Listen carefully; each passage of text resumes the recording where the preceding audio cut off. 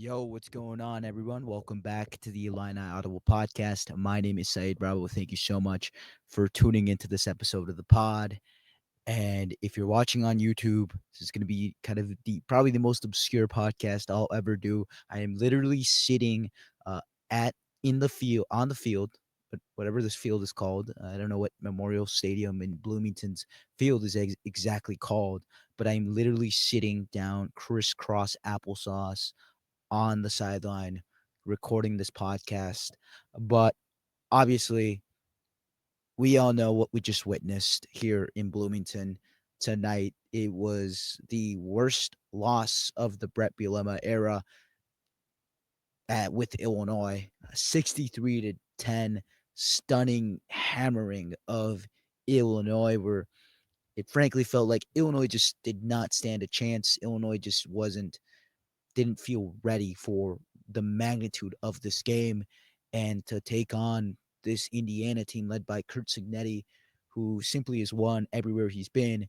And they've cemented themselves as the team on the watch. The the team, not only did they make the college football playoff last season, but now they're having the success that they've had throughout.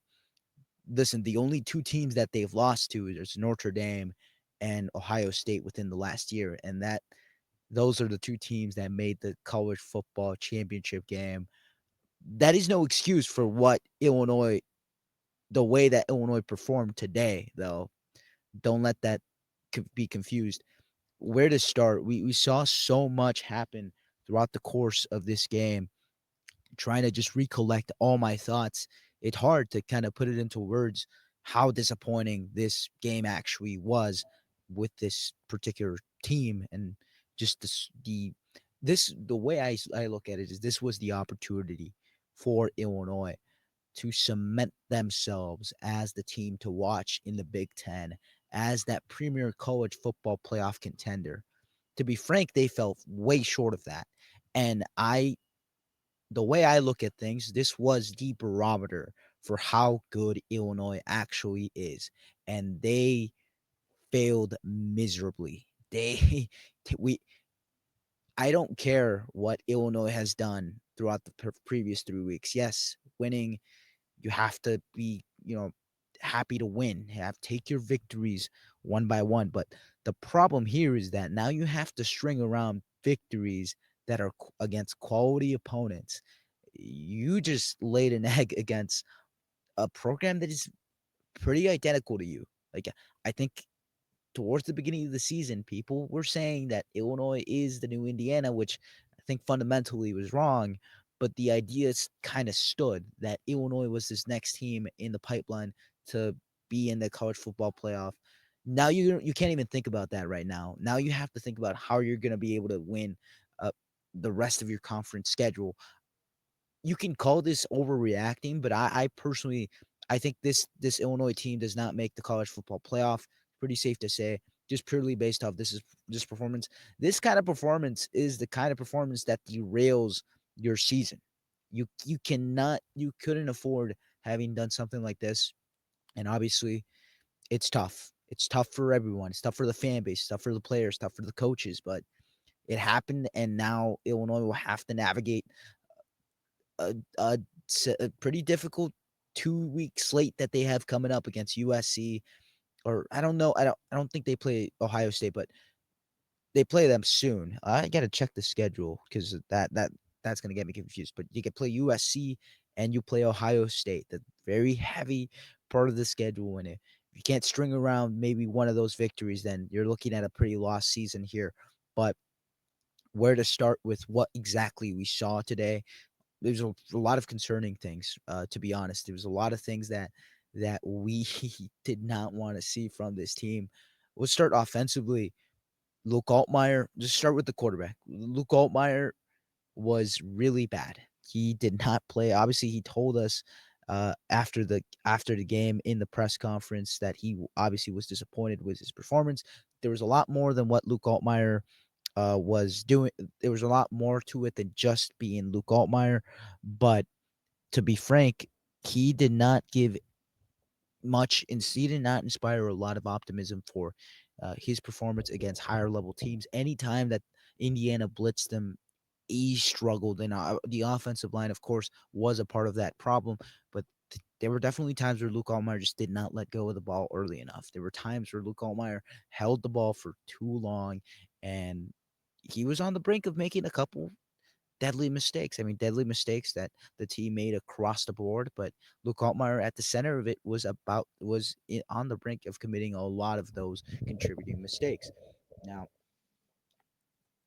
one thing that I do want to bring up is that I I think that a lot of the sacks throughout the previous couple games felt like it wasn't necessarily all his fault, but throughout the course of this game, I think you definitely saw a team that had trouble kind of stringing along offensive momentum. And I think a fundamental part of that was Luke Altmaier. Luke Altmaier, who finished with 14 of 22 passes, 146 yards, only one touchdown. That beyond that first touchdown, that explosive touchdown that he had, there was simply nothing that this Illinois offense had.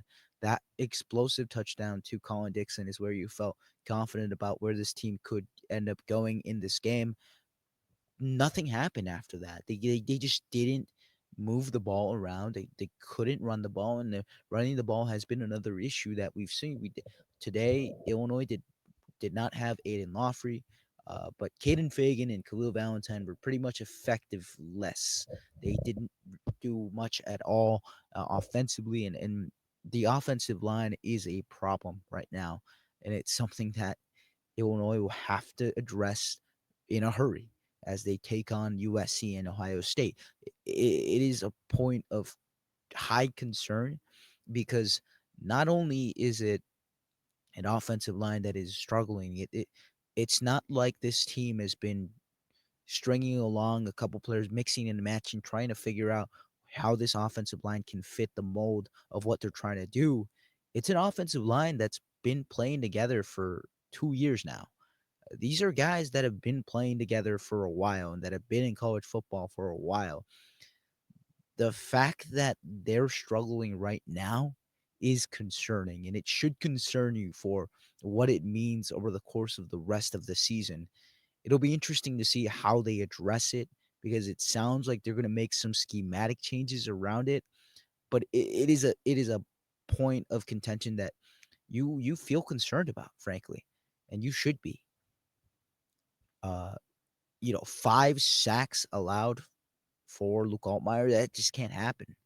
And there were a handful of penalties as well. Melvin Priestley made a couple deadly penalties uh, towards the end zone, towards their own end zone that proved pretty deadly. I mean, there were if it weren't for one of those plays being called back because of Melvin Priestley's penalty, Illinois would have had a third down conversion that would have taken them outside of their own territory, outside of their own end zone, and put them in a position to kind of continue that drive early. I think it was in the second quarter, and nothing came out of it. And instead, you're looking at a punt by Keelan Crimmins from your end zone, and you give up possession near Illinois Illinois territory, and that you fell behind the sticks, and it bit you in the ass, and it was awful. The running, like I mentioned, the running back, all of it. The part is also pretty stunning as well. Is that in terms of the rushing attack, is that there was really only this was it felt like Illinois at the start of this game was trying to do what I think people have identified this team's strength to do is to play a bit up tempo, to set up set up the pass for the run, and Caden Fagan and Khalil Valentine combined for 29 yards. That's not gonna win you games. Um, Luke Altmaier also had negative yardage. Part of it was sacking, but also he wasn't effective running the ball. There were a couple times he did leave the pocket. He was able to get a good gain, but simply put, they couldn't. run anything. Really couldn't do anything.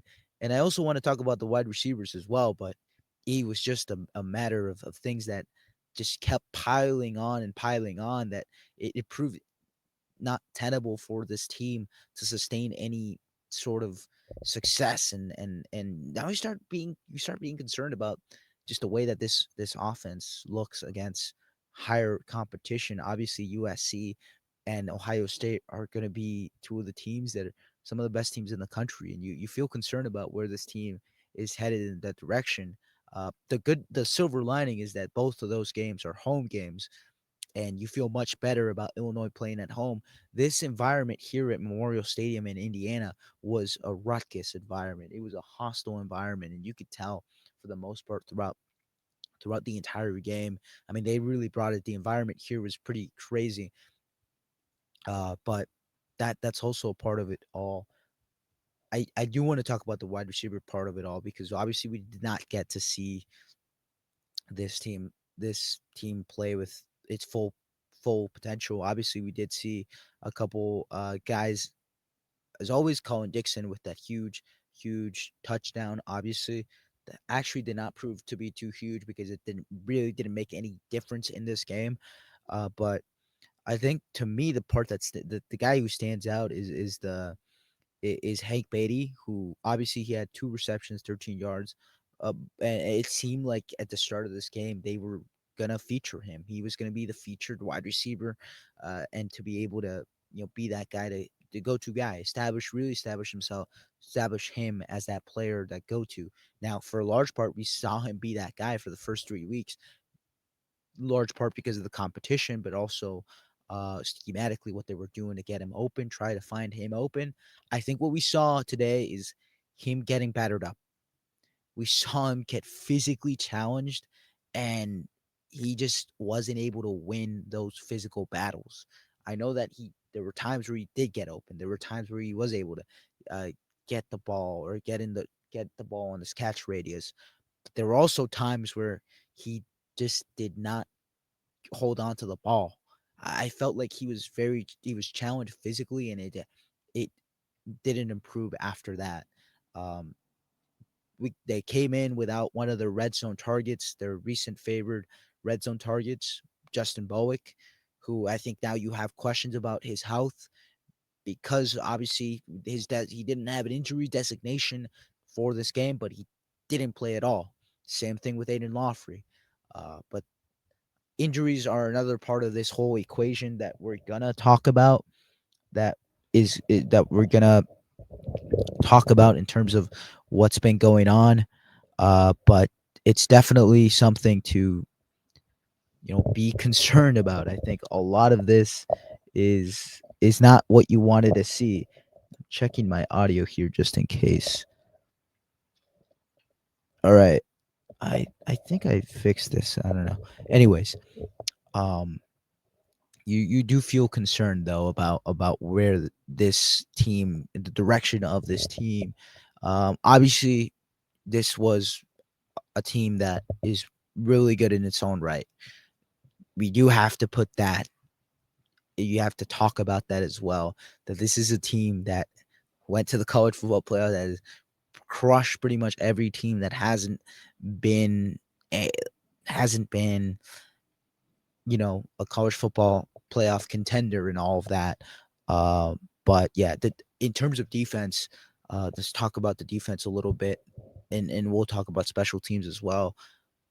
Defensively, they just couldn't stop anything of what Indiana was doing. A lot of that, the part that really stands out to me is 186 yards after carry was what all these wide receivers combined, after catch, excuse me, was what all these wide receivers combined for this evening. And that is the definition of concerning when you can't tackle. There were so many times where Illinois just did not tackle, and you really felt it. And it was a challenge for Illinois to stop anything. Obviously, we have to talk about Miles Scott's Miles Scott's suspension. No, his designation, his targeting call that ended up getting him out of the game. I think initially it was there was no question about it that it was a vicious hit, that it was a hit that was audibly you could feel it just visually. It was a really rough hit, but it for a large part I do think it didn't really seem like a play that was illegal. I think it. I personally take issue with that call because I didn't think that he did use his head, but obviously the refs are supposed to know more than we do. So, you know, what do we know? But I personally did not agree with that call, but it's an interesting dynamic to understand how exactly how exactly it is that they do this sort of thing. They kind of manage this all.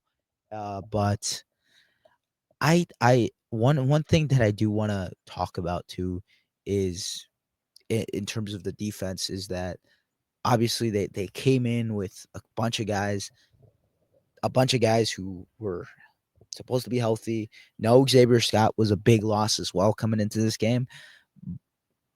But by far, the thing that really concerned you is the fact that you came into the season thinking that as the secondary was one of the biggest strengths on this team, and you get tested early in this game and in this season, and immediately that goes out the window because they're missing tackles left and right. Obviously, they have severe injury issues that Brett Bielema said after the game. He's never been a part of anything like that where all these guys start falling like flies, and it concerns you. It is not good. But you had Caleb Patterson who had to leave the game. He actually left the game with a boot and crutches on, and you had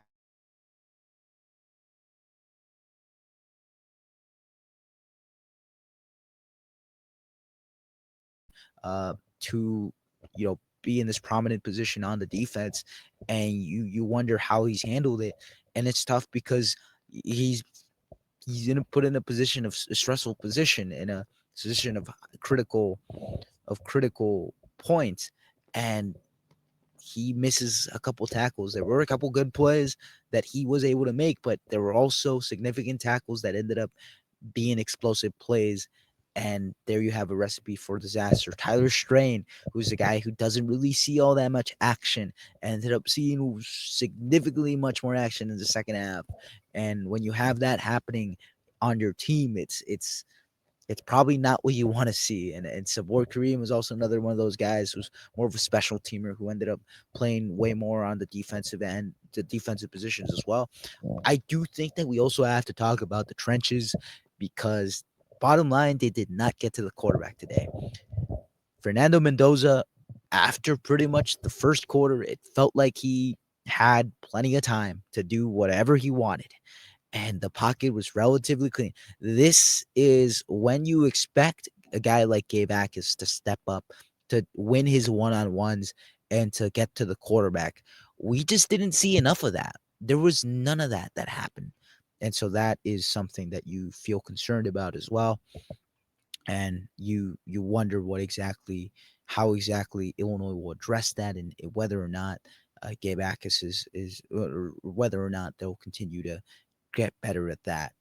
I think another one of the issues as well was the special teams. Obviously, you had that explosive play at the beginning of the game. They blocked the punt, and it turns out that this team fails to recover on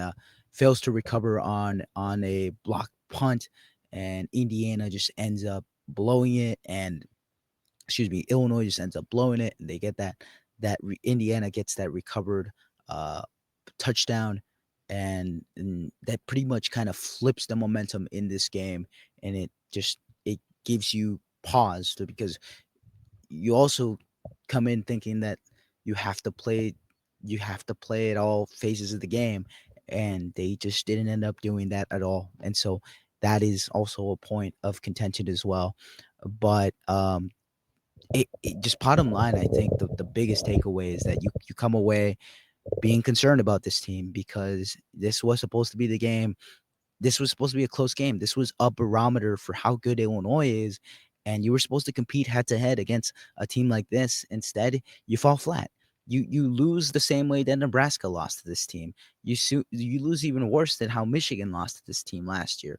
And the concerning part is that you also had a significant amount of returners coming to play this game, and you fell flat on your face.